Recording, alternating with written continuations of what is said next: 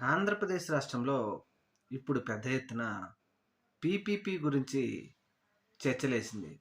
ఎందుకని ఈ మాట అంటున్నారంటే, ఆంధ్రప్రదేశ్ రాష్ట్రంలో ఉన్న 17 మెడికల్ కాలేజీలని పీపీపీ పద్ధతిలో ప్రైవేటు భాగస్వామ్యం చేస్తామంటే, మరి ప్రపంచ రాజధాని కడతామని చెప్తున్నటువంటి అమరావతిని ప్రైవేటు భాగస్వామ్యం ఎందుకు చేయరు? మేమే కడతామని మరి ప్రభుత్వం చేతిలో ఎందుకు ఉంచుకున్నది? మరి మెడికల్ కాలేజీలు అలాగే అనేక వ్యవస్థలలో జరుగుతున్నటువంటి ప్రభుత్వ పనులను కూడా ప్రైవేట్ పరం చేస్తున్న ఈ ప్రభుత్వం అమరావతిని కూడా పీపీపీ పద్ధతిలో డెవలప్ చేయాలని చెప్తా ఉన్నారు.